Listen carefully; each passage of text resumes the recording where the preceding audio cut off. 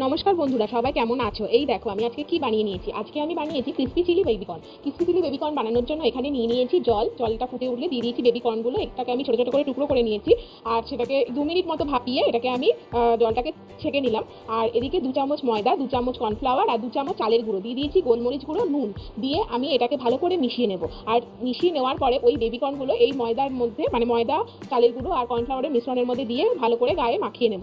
একটু একটু করে জল দিয়ে এটাকে হালকা করে গায়ে মেখে নিতে হবে। খুব বেশি প্রলেপ হবে না, খুব হালকা একটা প্রলেপ হবে। আর এটা চালের গুঁড়ো এরকম রেশিওতে যদি ময়দা আর কর্নফ্লাওয়ার এই রেশিওতে যদি মানে সমানভাবে রেশিওতে যদি তোমরা মিশিয়ে নিতে পারো তাহলে কিন্তু এটা ক্রিস্পিও হবে। এবার নিয়ে নিয়েছি তেলের মধ্যে এগুলোকে দিয়ে একটু লাল লাল করে, হালকা লাল করে ভেজে তুলে নেব। এটাকে কিন্তু আমি দুবার করে ভাজবো, তাহলে এটা ক্রিস্পি হবে। আর এই ক্রিস্পি চিলি বেবিকর্ন আমার মেয়ে খেতে খুব ভালোবাসে। আর সেদিনকে বাড়িতে আমার কিছু গেস্ট ছিল যেহেতু শনিবার আর সেদিনকে আমরা নিরামিষ খাই, তাই আমি এই ক্রিস্পি চিলি বেবিকর্নটা সন্ধ্যেবেলা স্ন্যাক্সে বানিয়ে নিয়েছি। এই যে আমি এটাকে সবকটা ভাজার পরে আবার এটাকে তেলের মধ্যে দিয়ে আবার একটু লাল লাল করে ভালো করে ভেজে নেব। দুবার করে আমি এটাকে ভাজলাম, তাতে কি হবে, এইটা খুব ক্রিস্পি হবে ব্যাপারটা। তো এবার এটাকে তুলে নিয়ে তেলটা যদি বেশি থাকে তেলটা একটু কমিয়ে নেবে। আর যদি কমিয়ে নেওয়ার পরে ওর মধ্যে দিয়ে দেবে আদা কুচি, দিয়ে দেবে রসুন কুচি, দিয়ে দেবো পেঁয়াজ কুচি। একটু নেড়ে চেড়ে নিয়ে রসুন কুচিটা দিয়ে একটু নেড়ে চেড়ে দিয়ে দিচ্ছি পেঁয়াজ কুচি। আর আরও একটু নেড়ে চেড়ে দিয়ে দেবো ক্যাপসিকাম কুচি। দিয়ে এটাকে একটু নুন দিয়ে হালকা একটু ভাজা ভাজা করে নেব। আচ্ছা, তোমরা ক্রিস্পি চিলি বেবিকর্ন তো সবাই নিশ্চয়ই খেয়েছো রেস্টুরেন্টে, তো কাদের কাদের ভালো লাগে বলো তো?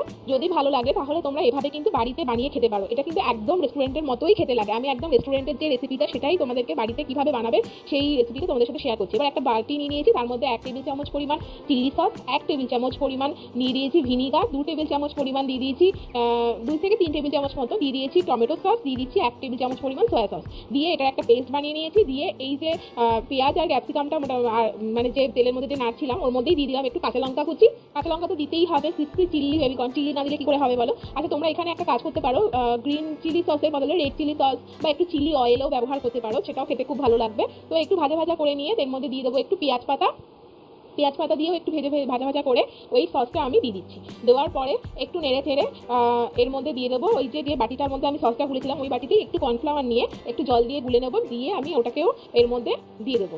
দিয়ে একটু নেড়ে চেড়ে তার মধ্যে দিয়ে দেবো ওই বেবিকর্নগুলো কিন্তু আগেই দেবো না, এইটা দিয়ে একটু নেড়ে চেড়ে বেবিকর্নগুলো যেগুলো আমি ভেজে রেখেছিলাম সেটা দিয়ে দেবো।